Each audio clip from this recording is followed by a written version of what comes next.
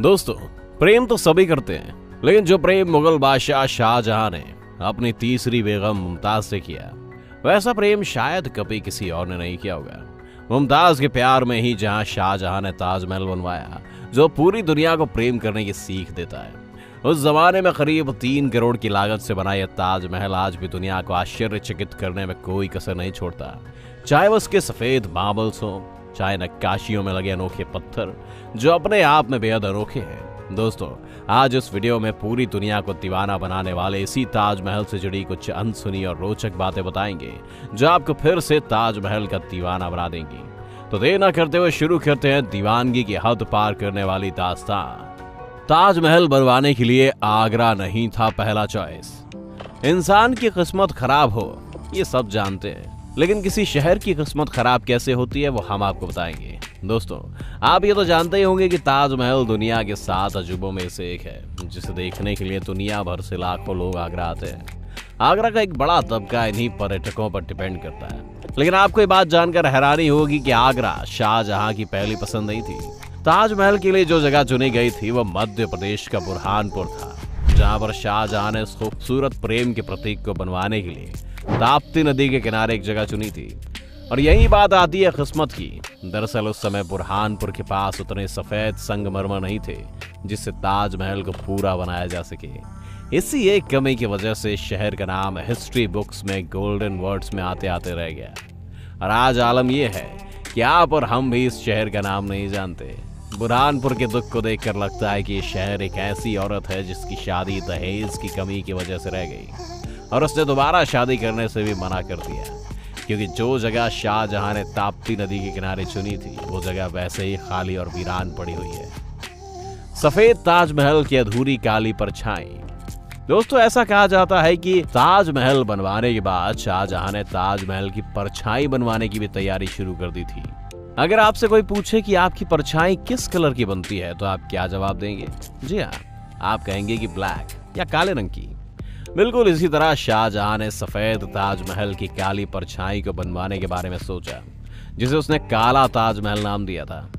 ऐसा कहा जाता है कि शाहजहां खुद को मुमताज की परछाई के तले रखना चाहता था, इसीलिए उसने यह तय किया था कि उसकी मौत के बाद उसे इसी काले ताजमहल में दफनाया जाए। इस काले ताजमहल का जिक्र एक यूरोपियन ट्रैवलर ने अपने आर्टिकल्स में किया था, जो शाहजहां के समय भारत आया था। उसने लिखा था कि शाहजहां यमुना के किनारे ही एक काले ताजमहल की योजना बना रहे हैं। लेकिन दोस्तों, ऐसा लोकल लोगों का मानना है कि ये काला ताजमहल कभी नहीं बन पाया, क्योंकि औरंगजेब ने अपने पिता शाहजहां को बंदी बना लिया और खुद मुगल बादशाह बन गया। और औरंगजेब की कंजूसी देखिए कि उसने अपने बाप को दफनाने के लिए नए और भव्य काले ताजमहल का निर्माण रोक दिया, क्योंकि वो नहीं चाहता था कि खजाने से कोई मकबरे का निर्माण हो। कंजूस औरंगजेब ने शाहजहां की मौत के बाद उन्हें मुमताज के साथ ही ताजमहल में दफना दिया, और इस तरह से ताजमहल की परछाई बनते बनते रह गई। भूकंप भी ताजमहल को नहीं गिरा सकता। दोस्तों, ये बात थोड़ी साइंटिफिक है, लेकिन इंटरेस्टिंग भी कि कोई भारी भूकंप भी ताजमहल को नहीं गिरा सकता। दरअसल ताजमहल सिर्फ प्यार का प्रतीक और सफेद संगमरमर की एक खूबसूरत इमारत ही नहीं, बल्कि मुगल काल के सिविल इंजीनियरिंग और आर्किटेक्चर का एक बेहतरीन नमूना भी है। अगर आपने ताजमहल विजिट किया होगा और पूरी इमारत को गौर से देखा होगा, तो एक बात आपकी नजरों में जरूर आई होगी कि मेन बिल्डिंग के चारों तरफ बने हुए चारों मीनार बिल्कुल सीधे खड़े नहीं बनाए गए हैं, और ऐसा जानबूझकर किया गया था। उन मीनारों को थोड़ा सा झुका दिया गया था।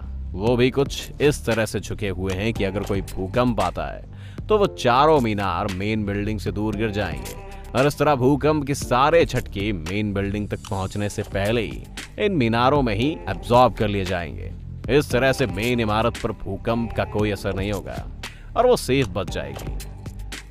शाहजहां ने नहीं कटवाए थे किसी भी मजदूर के हाथ। दोस्तों, दुनिया हमेशा से ही उसी बात को मानती है जिसे बहुत से लोग कहते और मानते हैं, भले ही उस बात में कितनी सच्चाई है ये किसी ने जानने की कोशिश भी न की हो। उन्हीं मिथकों में से एक मिथक जो बहुत ज्यादा ही फेमस है, अगर कहें तो ये मिथकों का सलमान खान है, वो ये है कि शाहजहां ने ताजमहल के निर्माण के बाद जब उसे देखा तो वो इतने खुश हुए कि उन्होंने तय किया कि ताजमहल की जैसी कोई दूसरी इमारत नहीं बननी चाहिए।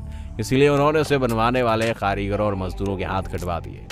लेकिन दोस्तों आप खुद सोचिए कि अगर कोई इंसान खुश हो तो वो लोगों के हाथ काटने का आदेश कैसे दे सकता है। खैर ये बात तो सोचने की हो गई, लेकिन जो फैक्ट्स मिलते हैं उनके आधार पर यह बताया जाता है कि शाहजहां ने ताजमहल बनने के तुरंत बाद उन कारीगरों को किसी दूसरे प्रोजेक्ट पर लगा दिया था। अगर ऐसा है तो दोस्तों आप भी बताइए कि कोई अपने कटे हाथ से कैसे किसी दूसरे प्रोजेक्ट पर काम कर सकता है। शाहजहां के इस हाथ कटवाने वाली बात का प्रमाण किसी भी इतिहास की किताब में नहीं मिलता, ना ही कोई ऐसा प्रूफ है जो इस मिथक इस कहानी को साबित कर सके, इसलिए इस कहानी को सच नहीं माना जा सकता। ताजमहल का यमुना प्रेम। दोस्तों जैसा कि आप सबको पता है कि ताजमहल मुमताज की याद में प्रेम के प्रतीक के रूप में बनाया गया है, लेकिन ताजमहल की अपनी खुद की प्रेमिका भी है जो मुमताज नहीं बल्कि यमुना है।